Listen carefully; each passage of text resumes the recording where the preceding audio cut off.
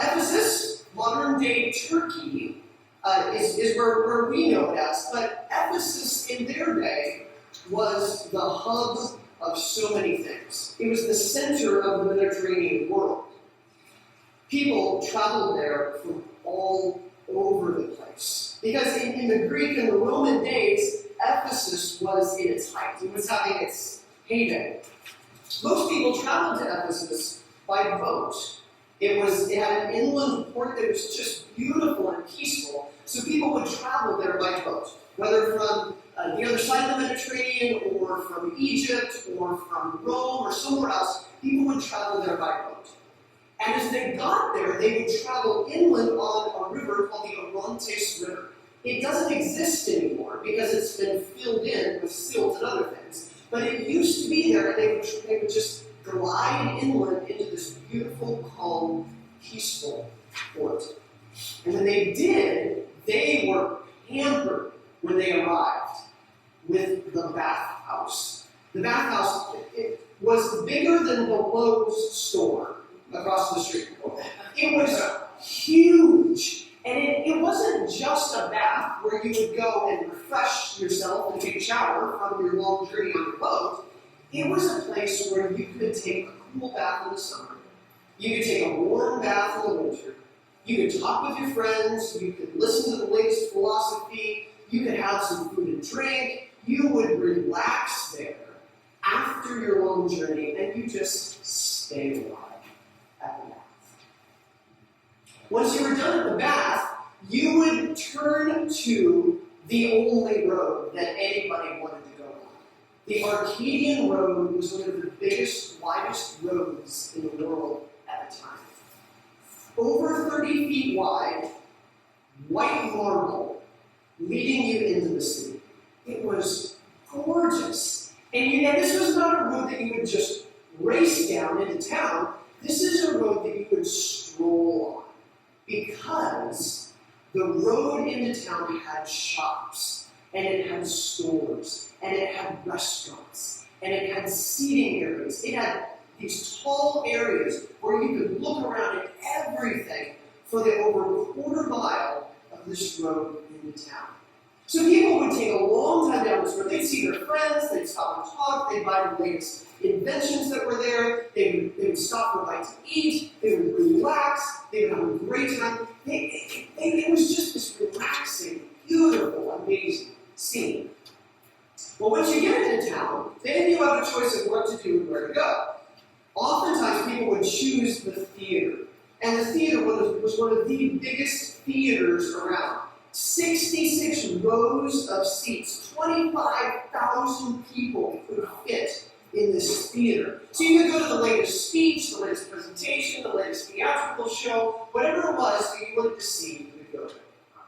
Turn the corner and you could go to the marketplace. This marketplace was enormous. It was spread out all around, so in the summer there was lots of shade for those hot days. And in the winter, they had places where you could warm yourself as you're conducting your business, as you're meeting your friends, as you're having an official meeting of some kind, as you are getting things done you have to do, as you go shopping, as you are spending all kinds of time at restaurants getting drinks. But when the sun went down, that's when even more relaxing fun started for the people in Ephesus. They would go to restaurants, they would go have time with their friends, they would do other things that we're not supposed to talk about in church. They would do lots of things all around Ephesus. This was the spot to go. But Ephesus was nothing without Artemis. Artemis was the Greek god of animals, the hunt, chastity, childbirth. Artemis was like the patron saint of women. And Artemis was the most privately worshipped god or goddess of the entire Greek and Roman world. More than Zeus, Artemis' dad. More than Apollo, Artemis' twin brother. Tons of worship went on. And actually, Ephesus would not be anything without Artemis. Because literally, Artemis came down and founded the city of Ephesus. it was said that hundreds of years before, the times of Jesus and the times of the Bible, hundreds of years, there was a piece of Artemis that fell from the sky and landed in this spot. It was probably a meteorite or something else, but it was a thing that they believed that was Artemis. So people gathered around and they worshipped this spot. And then that grew. It became a village. It became a town. It became a city. It became Ephesus because of Artemis. So 200,000 people, Visalia plus Tulare together, lived in Ephesus at the time just after Jesus. The city was enormous. And the people wanted to please Artemis with all they had, and boy did they. They built a temple to Artemis. This temple was bigger than a football field, wider and longer than a football field. It was twice as tall as the Lowe's store across the street. This thing was bigger than the Parthenon in Athens. It was huge, because to them, Artemis was huge. And it was big business. The silversmiths came to the temple of Artemis and they reconstructed and remade these little meteorites to sell that were the piece of Artemis or a replica. So if you're traveling to Athens, you're like, I gotta buy my little trinket because I can go home and say, I got this at the temple of Artemis. And it's the piece of Artemis that fell from the sky. They made tons of these things and they sold them in the temple. Every year, people flocked to Ephesus for the annual festival of Artemis. If we think the farm show is big, no, this was huge. Their city of 200,000, it swelled to 600,000 people. I mean, can you imagine Visalia tripling its population for a week? It's crazy. All these people that came here to have a week-long party. I mean, they lived it up. They worshipped Artemis. They gave everything to this. And right in the middle of Ephesus, right in the middle of all of this happening, everything going on, and the temple and the buildings and the beauty and the places that are there and the things happening, was a church. There were some people who believed in Jesus. There were some people who told other people, and they believed in Jesus. And they got together, and they shared in common the fact that Jesus died for them, saved them from their sins, and gave them new life. And this church was living in the grace of God, living for Jesus where they were, and they were struggling. It was hard to be Jesus followers where they were. You know, life wasn't as easy as it used to be, because it used to be that they would just talk to their friends about whatever they used to talk about. They would go all the places they used to go. They wouldn't worry about a whole lot of stuff. They didn't think it was any sort of a problem. They just did all this stuff. And now, since they were following Jesus, it was getting different. They weren't sure that the fun they used to have was the same kind of fun anymore. They weren't sure that they should be talking about the stuff that they used to talk about. They weren't sure, how far do we take this following Jesus in the world in which we live? They were trying to figure out, how do we follow Jesus in a world that is so deeply different? Luckily, Paul wrote a letter to the Ephesian church, and he wrote about this specific issue to them. As we figured out the last few weeks, we realized Paul knew their world. He spent over 3 years in Ephesus. But he knew the people, he knew where the theater was, he knew the Arcadian Road, he knew how people got to town, he knew what people did at night. He knew everything about what happened in Ephesus. And so he's perfectly equipped to write to them about how to live as followers of Jesus in a world that seems so deeply different. Paul says 2 main things. We're going to look at them separately. And as he's writing to the Ephesian world, I think he's also writing to us when our world seems so deeply different sometimes. here's where Paul starts. Here's the first section that Paul gives us. With the Lord's authority, I say this: live no longer as the people do, for they are hopelessly confused. Their minds are full of darkness. They wander far from the life God gives because they've closed their minds and hardened their hearts against Him. They have no sense of shame. They live for lustful pleasure and eagerly practice every kind of impurity. One thing Paul always does, that we can always trust Paul to do, is give it to us straight. He does not hide anything. He is very clear. He wants to make no bones about what he is saying. Paul is clear in all the different ways that he describes the things that they're going through, the things that they're doing. Hopelessly confused, full of darkness, they wander. These are not compliments.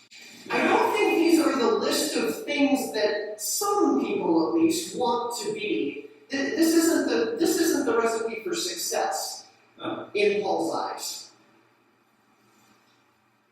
The general way that Paul describes the people, that seems to capture all the others, and it does, is hopelessly confused. The people are hopelessly confused. Now, if you flip open another version of the Bible, this is the New Living Translation, flip over your favorite version or another one, and you find every Bible version has a different description or different words for hopelessly confused. There doesn't seem to be a whole lot of consensus about exactly what he was saying or what he meant.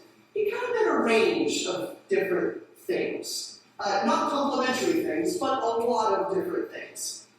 Emptiness, vanity, worthlessness, pointlessness. It just wasn't working quite right. Summarize it all, the people were missing something. In all of their pursuits and all of their joy and all of their fun and all of their pleasure and all the things that they were doing and learning, they were missing something. It's like when you go on a trip and you leave your guidebook at home. You know, you get off the plane, you get out of the car, you walk into the hotel, and you look at where you are, and you just start wandering. And you see cool historic buildings. And you see really neat old things. And you talk to people, and they say, oh, you need to go over there. And you go there, and you take a tour. And you have no idea what you really see. Because your guidebook that explains everything, he said, you don't have it. And when you're done there, you don't know where to go. You don't know how to get there or navigate the city because you don't have a guidebook. You have no idea what you're looking at. There's no explanation, no understanding. These people were missing something. And Paul says they were missing God guiding their lives. They were missing God pointing them in the right direction, showing them what they needed to do, where to go, how to live, what's wise, what's not. They were missing God in their lives. Now, Paul is certainly critical of these people, but Paul is not bashing Ephesus. Paul is not just listing off all the problems because he just wants to bash them.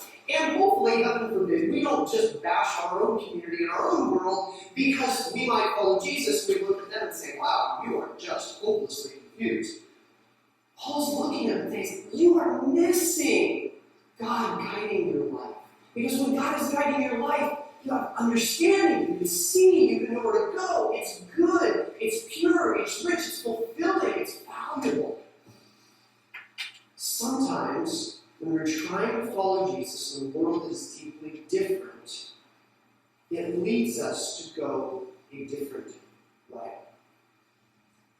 Like when you're in the middle of a conversation and somebody brings up a topic, and then the conversation goes there, and you think, I'm not sure I should be in this conversation. Or when you're in a text group, or on Facebook, or Instagram, or some other group, and somebody sends an image, or a joke, or a thing, and you're like, I don't know if I should be in this group right now. Is that helpful to me? Or when you hear the political things going on, how can we avoid them? And we wonder, how do I vote? How am I involved politically when I hear all these things? Following Jesus in a deeply different world is not easy. It takes a lot of thought, and a lot of asking friends, and a lot of discernment, and a lot of trying to figure out, going back to Jesus and figuring, how do we make this work?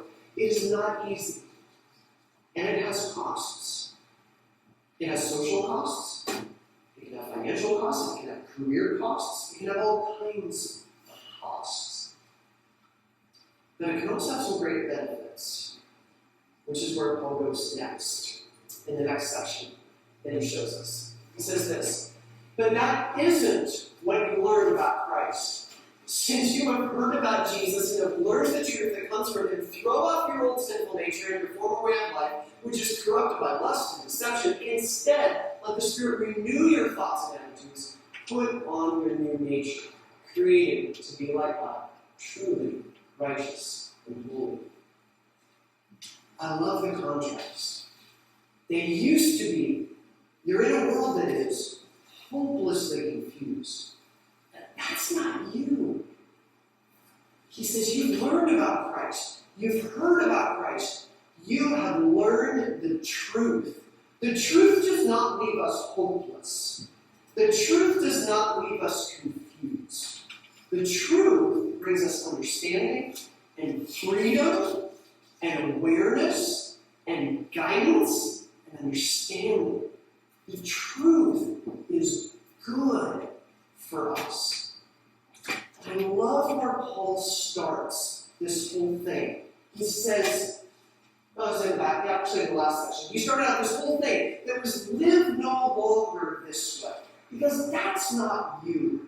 You used to live that way. That used to be your life. That used to be the things you did and the things you thought. But that's no longer you. Now you're in the truth.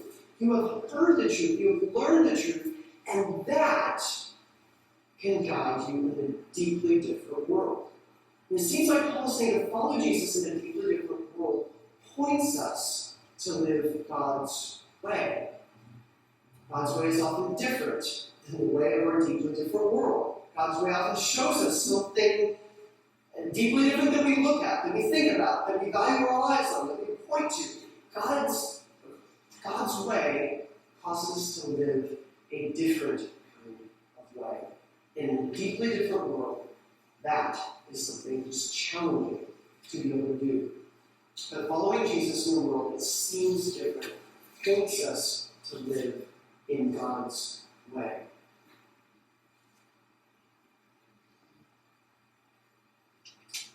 That's why following Jesus has always been called a conversion. Everybody who's ever followed Jesus has been called a convert. In the Bible, we see it all the time. The disciples were called converts. Paul was converted from Saul to Paul. All kinds of people were converted. They were changed from one thing to another. We deal with conversions all the time because we live in America and we are not metric people, we are standard people. So when you read the instructions to something that you're putting together, it says, oh, this is 4 centimeters, or you need to find a 15 millimeter socket wrench. And we say, wait a minute, we live in America. Give me a fraction. Give me an inch. Give me a foot. Give me a yard, not a meter. We're always saying, I have got to convert this to this in order to understand it. Everybody who follows Jesus is a convert. We're moved from one place to another. We are transitioned from one place to another. We are exchanging one life for another. We are converted from something to something else. That's how the Bible constantly talks about our lives. We are changed, we are moved, we are transformed in our thinking, which produces action, and it changes our lives. Think about some of those classic verses. I have been crucified in Christ. It is no longer I who lives, but Christ lives in me, and the life which I now live, I live by faith in the Son of God who loves me and delivered himself up for me. Therefore, anyone who is in Christ is a new creation. The old has passed away, the new has come. And the Isaiah passage, I am creating new heavens and a new earth, and no one will even think about the old one anymore, because it's new. We live in a deeply different world. It's where we live. But following Jesus in a deeply different world can cause us to live God's way. Encourage each other, build each other up, pray for each other, point people toward the way that God can lead us to live even in this world today. Would you pray for me?